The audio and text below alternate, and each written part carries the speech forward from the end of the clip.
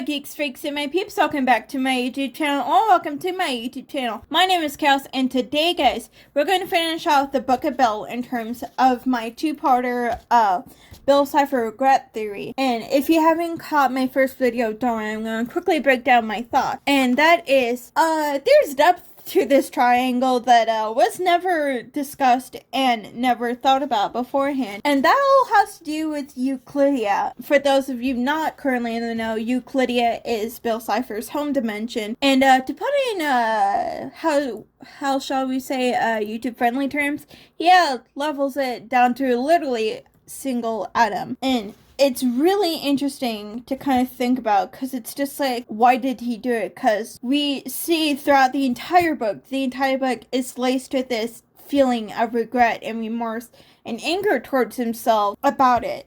And like, sure, the physical book doesn't have that many pages dedicated about it, but if you think about it, the entire thing's kind of about, Bill's longing for a family in some form. At first, after the dimension was destroyed, he found that family in terms of the henchmaniacs, and then after all that fell apart, he went to Earth, first to Time Baby, and put him in a glacier. And then he went to human to try and rebuild a portal, presumably back to the Nightmare Realm, but I think at first he was trying to figure out a way to get, because he sees all different, timelines, and I think he's trying to find the one timeline, or how many there are, of one where Euclidia and his parents are still alive. And that's my theory on it, is that it wasn't actually originally supposed to be for having quote-unquote fun and doing whatever he wanted. Now that very easily could just be the case. I could just be reading way too much into it, but there's too many hints in this book and in the website notawebsite.com that kind of makes me wonder, could it have been he is trying to replace his family with a new version? In the most recent timeline, the one that he is in, he found partnership, and maybe a little bit more than platonic partnership. Bill Ford shippers are growing insane over this, but he found that companionship and maybe family with Ford. And let's just say, if you've seen the show, it does not last very long. We get this very interesting exchange between Bill and Ford, and in the exchange it kind of goes something like this. The context for how this exchange comes about is Ford sees Stanley's commercial and gets angry and thinks about calling him. And so I'm going to read an excerpt from this conversation. Just the most interesting part, because it's really confusing and kind of interesting. I guess you can really never go home again, can you? I sure can't. My dimension was entirely burned out of existence. Want to see the only thing left of it? Cipher removed his hat, plucked out a single speck of atom from within, the last atoms of a dimensional reality that was gone. I was completely dumbfounded. Your entire home dimension destroyed? How? By what? Bill looked distant, more distant than I'd ever seen him, by a monster. That's unimaginable. Did you ever want to track down this beast for, revenge? I could help you. I could hunt it down. He laughed without joy.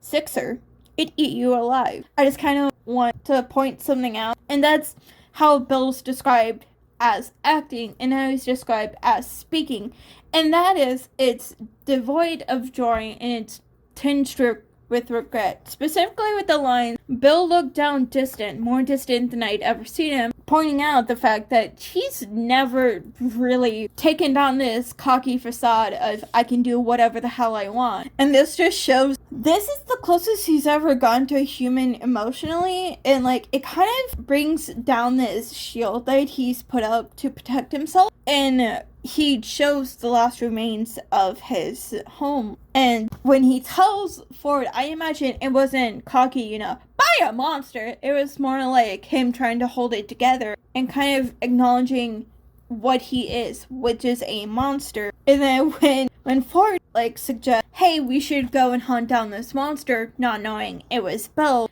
Bill kind of gets standoffish and says, Sixer, it'd eat you alive. I can't tell if this is him kind of poking fun at the fact that it was him doing it, or if it's him acknowledging that he can't let anyone know and if need be, he'd kill Ford to keep it a secret.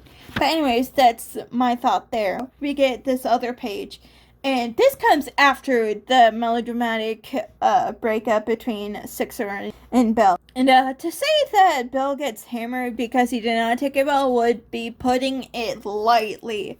He gets completely wasted.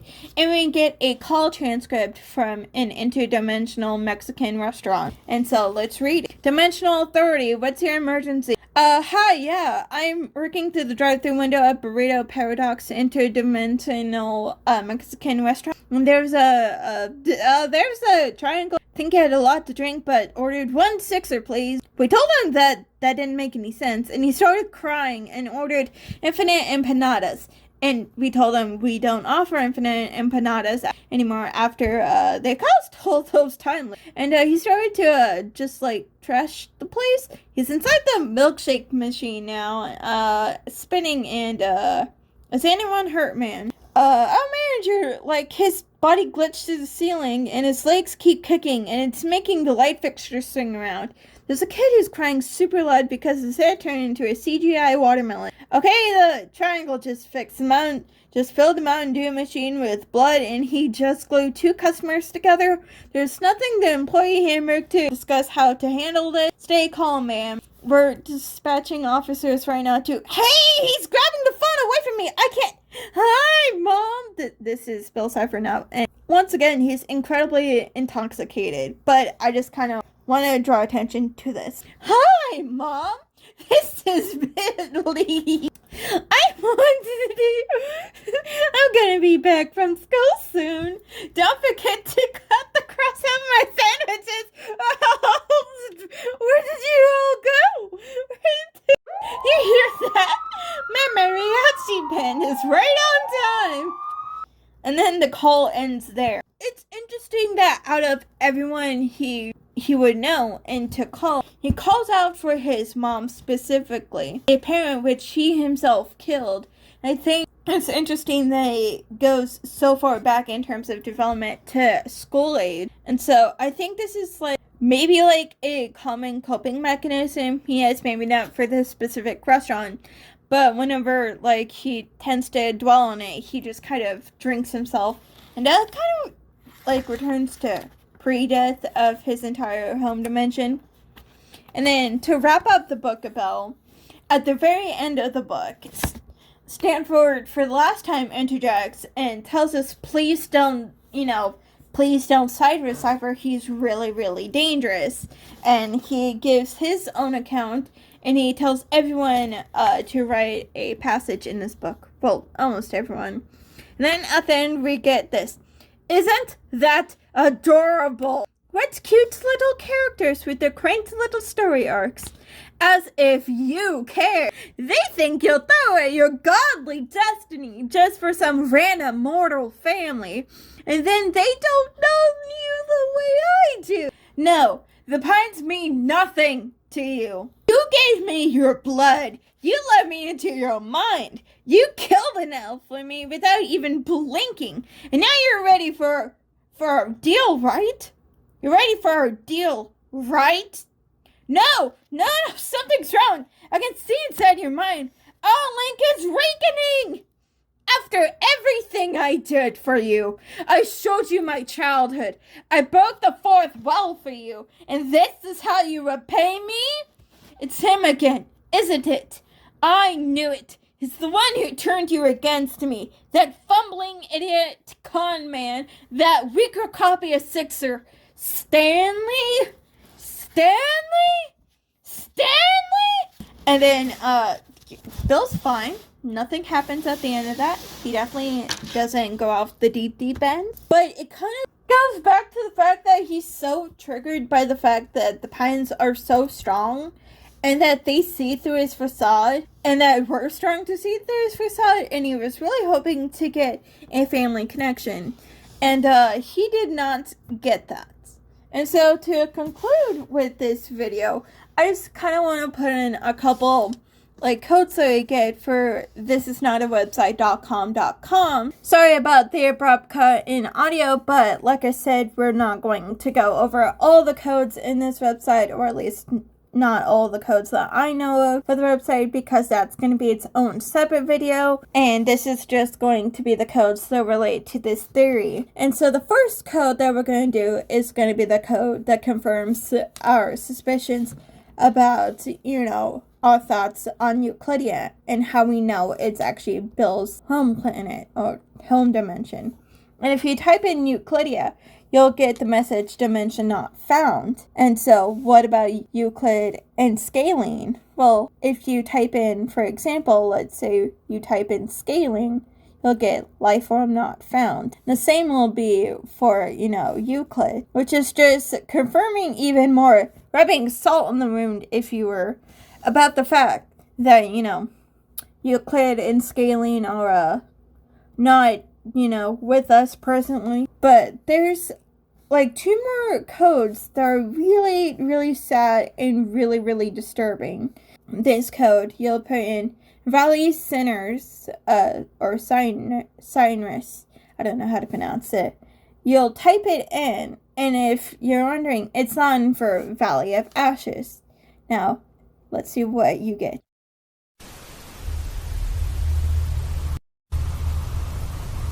Why did you do it? Why did you do it? And I imagine that phrase, why did you do it, is something that Bill asks himself constantly. And those 2 figures that you see holding baby Bill, if not obvious to you, those are Bill's parents. The top hat is often considered to be Euclid. Meanwhile, the one without accessories that we can see is scalene. And it's often, my thought is that the phrase, why did you do it, is something that Bill asks himself as a, why did you do it?